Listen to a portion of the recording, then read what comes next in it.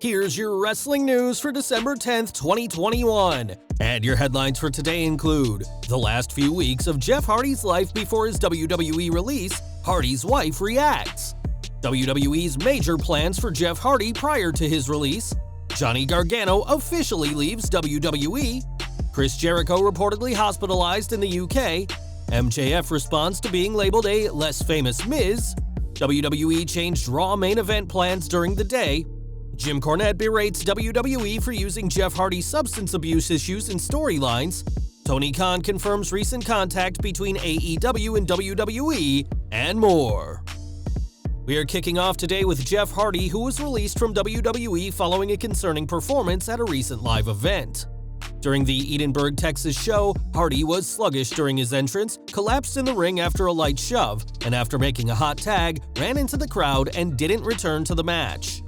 Jeff has a well-documented history of substance abuse problems, and we now know more about the days and weeks before his release. On the Mat Men Pro Wrestling podcast, Andrew Zarian said that Hardy does drink occasionally and said that the last couple of weeks has been rough on him.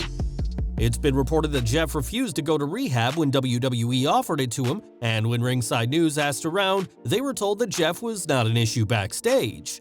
In fact, Jeff was reportedly in the works for a big push, as Universal Champion Roman Reigns and Paul Heyman were on board with a title feud with Hardy, either at next month's Royal Rumble or a Saudi Arabia show.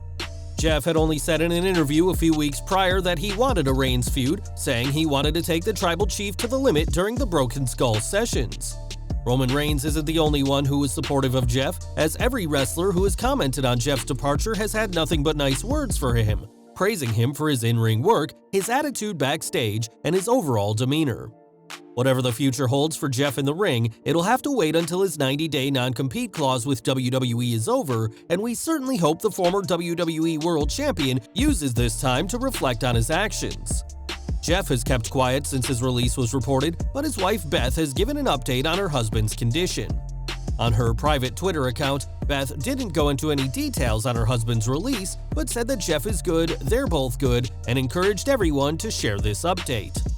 The news of Hardy's sudden release came as an unexpected shock to many wrestling fans, and though details are still scarce on what's happened, we're pleased to hear that the charismatic Enigma is doing well, despite his release from WWE.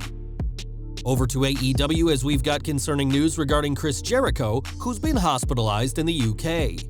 Jericho's band Fozzy is on their 12-date Save the World tour of the UK and was scheduled to perform at the Sin City venue in Swansea, Wales, before the show was nixed.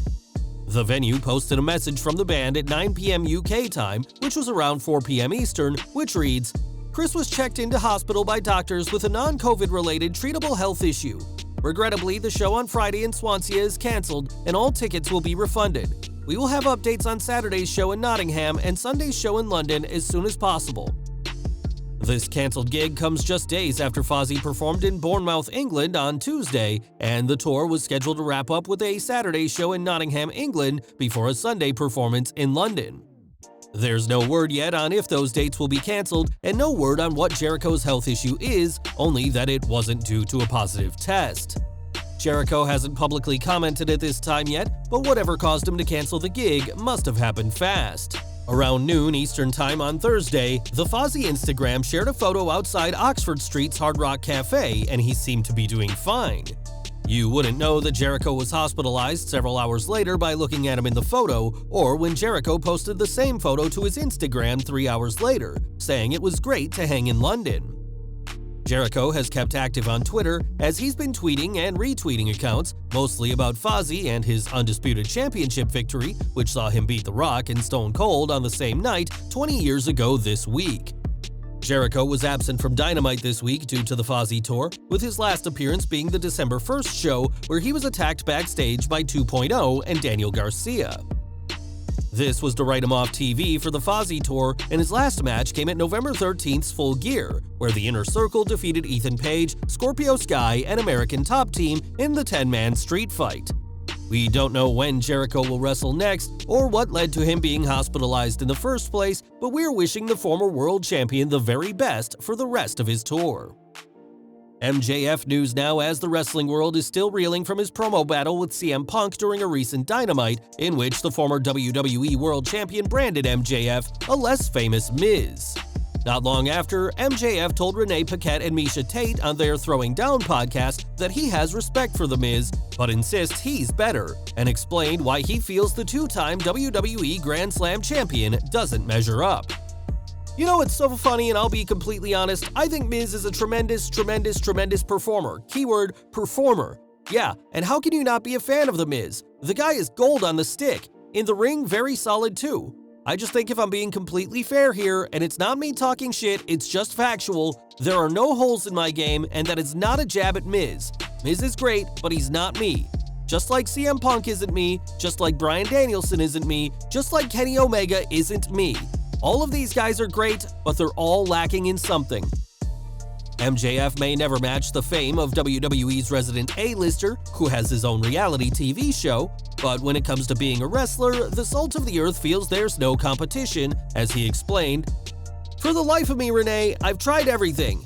I've studied my matches, my promos, there's nothing I can't do, and it's honestly disheartening sometimes because I'd like to get better, but I can't, you know? It's like, what is even the point of trying anymore? It's ridiculous. After a run on Dancing with the Stars, Miz, alongside Maurice, returned to WWE Raw last week and set up a feud with Edge that'll culminate in a match at Day 1.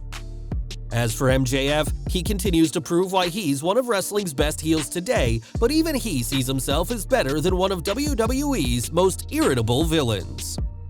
Back to WWE, as this week's Raw was headlined by a Raw Women's Championship main event between Becky Lynch and Liv Morgan. Taking place 17 years to the day that Trish Stratus and Lita headlined Raw, it was only fitting that the match closed out this week's show, but that wasn't the original plan.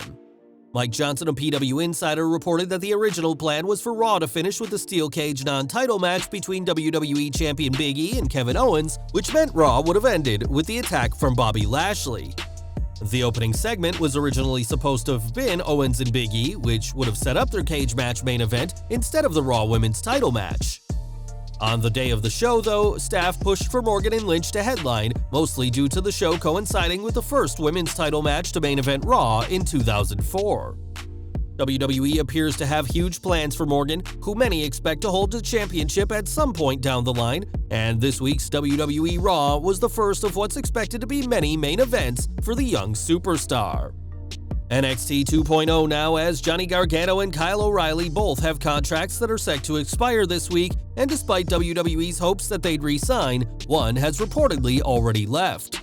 Fightful Select reports that Gargano's deal has expired and did so at midnight, and that the former NXT champion and WWE were unable to come to mutual terms over a new contract.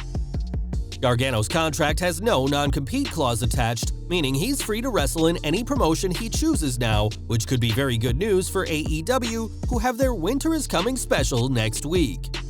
WWE tried to convince Gargano to re-sign multiple times and offered him a contract in 2019 alongside many other NXT superstars. Although many big names did re-sign at the time, Gargano didn't, reportedly because the new contracts weren't full of incentives. Sources have called the departure of Gargano and the split from WWE as extremely amicable, and said that despite him leaving, the door to future collaborations are open to him. Gargano's time in WWE is over, but he had an incredible run in NXT, becoming the first ever NXT Triple Crown champion, and we'll have to see where he goes next, without any 30-day waiting period before he gets back in the ring. More from the Jeff Hardy news, as many have suspected his actions during the Edinburgh, Texas live event and subsequent release were down to a relapse.